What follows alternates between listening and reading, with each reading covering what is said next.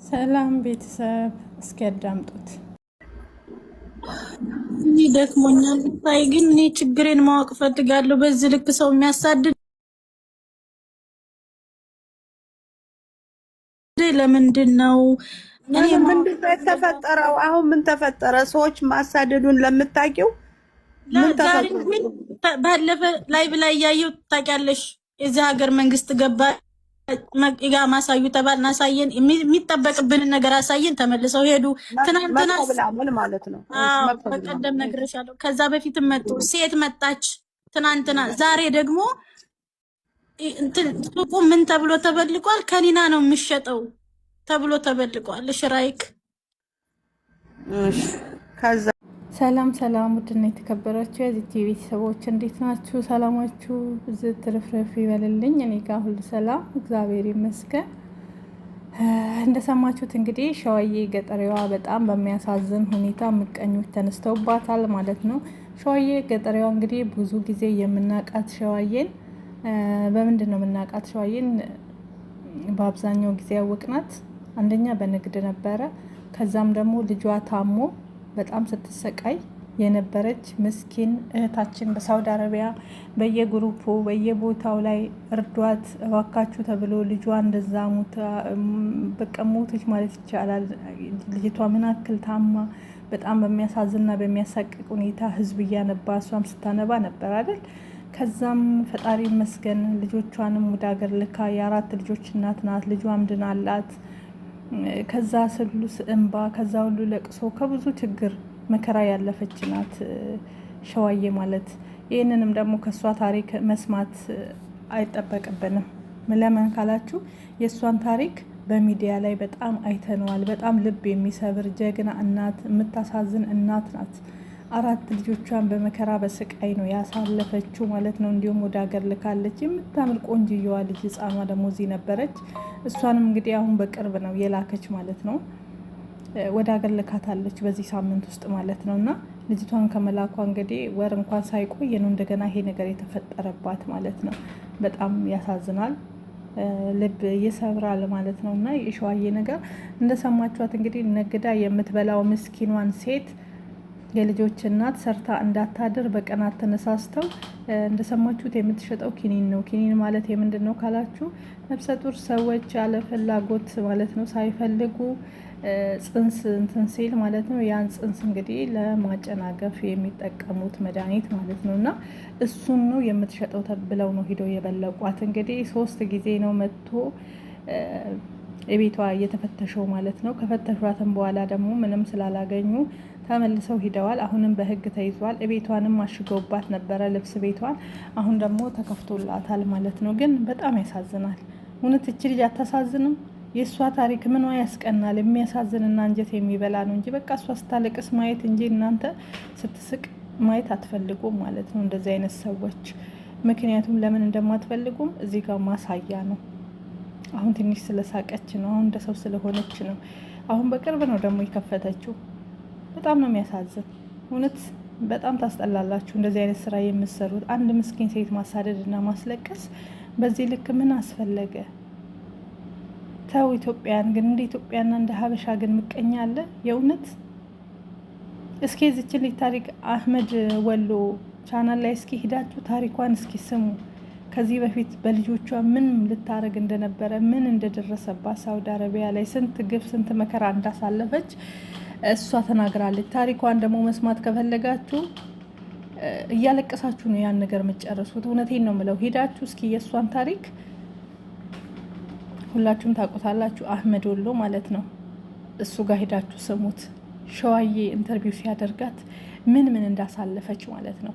ከእሷ ሳትናገርም ደግሞ እኛ የምናውቀው በልጇ ጉዳይ ላይ እንደዛ እያነባች ልጇ የምታሳዝን ልጅ ህመም ላይ ብር ሲለመን ሲዋጣላት አይተናል። ዛሬም እናንተ ወድቃ ዛሬም ደግሞ ፈጣሪ አንስቷታል ከዚህ ሁሉ ፈተና። ዛሬም ወድቃ እንድትለምን ነው የምትፈልጉት ማለት ነው። ሌላ ምንም ችግር የለባችሁም ከዚች ምስኪን ሴት። በጣም ታሳዝናላችሁ። እሷ ደግሞ እንዲህ አይነት ልጅ አይደለችም፣ የምታደርግም አይደለችም። የልጆች እናት ናት። ሰርታ መብላት መኖር የምትፈልግ ናት። አንድ ምስኪን እችን እናት አሁን ወስዳችሁ እስር ቤት ብታደርጓት የልጆቿ ጉሮሮ ተቋረጠ። 4 ልጅ አለ አባት የምታሳድግ ናት። ልጆቿን ማን ነው የሚያሳድግ? ለልጆቿ ማን ነው በየወሩ ቀለብና የትምህርት ቤት የሚልከው? እንዴ እንተሳሰቡ ወገን። ተው፣ ምሰሩትን ስራ አስቡበት እያስተዋላችሁ። ሚነካና ማይነካ ለዩ። ምን አድርጋችሁ ነው አሁን በዚች ልጅ ላይ ይሄን ነገር የምታደርጉት? እውነት ልቦና ይስጣችሁ። በጣም ነው የምታሳዝኑት፣ በጣም ነው የምታሳፍሩት። በጣም ያሳፍራል። አዚዛን በጣም ስታለቅስ ነበር ስለሷ። እባካችሁ ተዋት። እንደ ሰው እንኳን የማትሆን ናት። ምንም ስለበለጠቻችሁ ነው አይደል? ቆንጆ ናት። በቁንጅናዋ በለጠቻችሁ፣ በሁሉ ነገር በለጠቻችሁ። ቅናት ነው። ትላንት ስታለቅስ ነበር፣ ዛሬ ደግሞ እግዚአብሔር ይመስገን ታሪኳ ተለውጦ አያችኋት። በቃ ምንም ያደረገችው ነገር የለም። ስለዚህ ሁላችንም ከሸዋዬ ፊት መቆም አለብን፣ ከእሷ ጎን መቆም አለብን እንዳለን። በተለይ ሳውዲ አረቢያ ላይ ያላችሁ እባካችሁ ለሸዋዬ ቁሙላት ማለት ነው። እባካችሁ እንርዳት።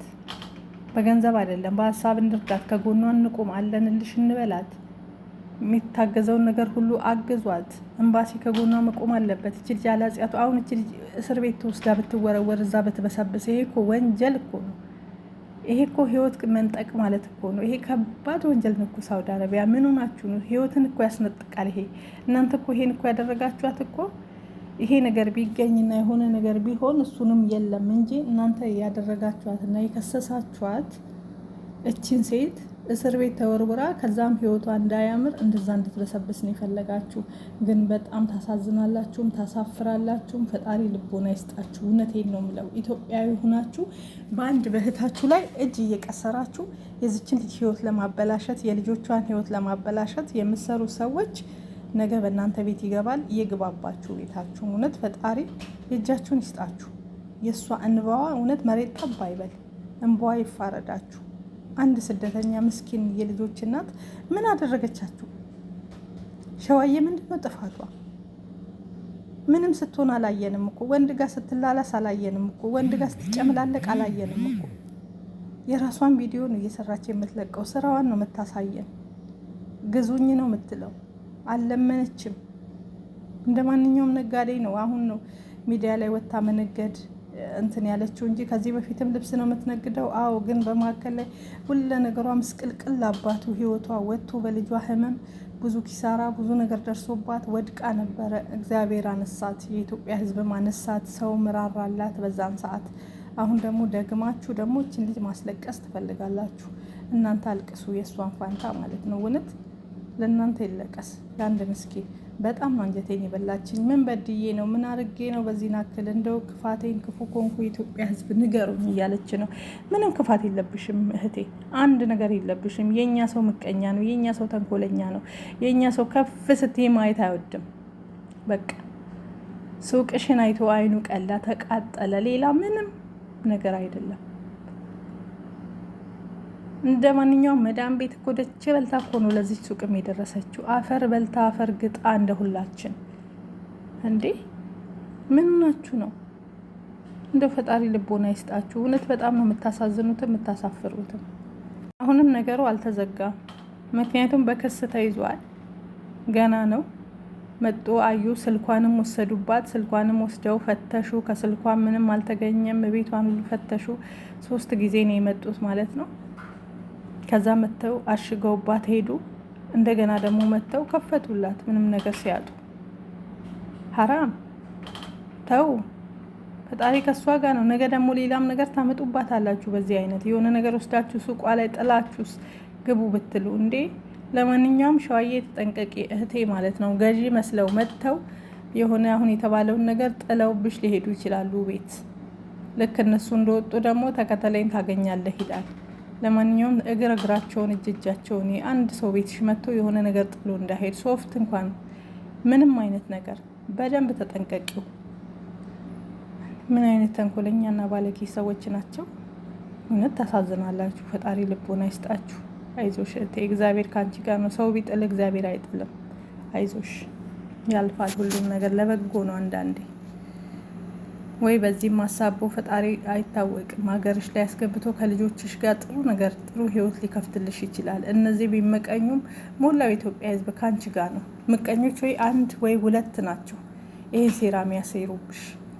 ሌሎች ደግሞ ካንቺ ጋር ናቸው። የኢትዮጵያ ህዝብ በሙሉ ካንቺ ጋር ነው። ከምቀኞቹ ጋር ማንም አይቆምም። አይዞሽ እህቴ አታልቅሺ። ፈጣሪ ደግሞ እንባሽን ያብሳል። ለእናንተም ደግሞ ፈጣሪ እጃችሁን ይሰጣችኋል። በጣም ባለጌዎች ናችሁ እውነት ሲበዛ። አንድ ምስኪን የማትሰራውን የውሸት የምትነግደው ልብስ እንደገና እሷ የምትሰራው እንዲህ ነው እንዲህ አይነት ነገር ነው የምትሸጠው ብላችሁ ጠቁማችሁ ጉድ ታደርጓታላችሁ። እንኳንም አልኖረ። ለነገሩ ተጠንቀቂ፣ አንቺ መጠንቀቅ አለብሽ። እንኳን ይሄ ትምህርት ነው። መጥተው ስለሚጥሉ በደንብ ጠብቂ። ማንንም የእናትሽ ልጅ ብትሆን በአሁኑ ሰዓት አይታመንም። ብትመጣ ሱቅሽ እግር እግሯን እጅ እጇን አንድ ነገር ጥላብሽ እንዳትሄድ። ከኪስ እንኳን ብር የሚያወጡ መስለው ነው የሆነ ነገር ሽቅ አድርገው የሚሄዱብሽ። በደንብ ፈትሽ፣ ራስሽን በደንብ ጠብቂ። ፈጣሪ ጠብቅሽ። የምስኪን አምላክ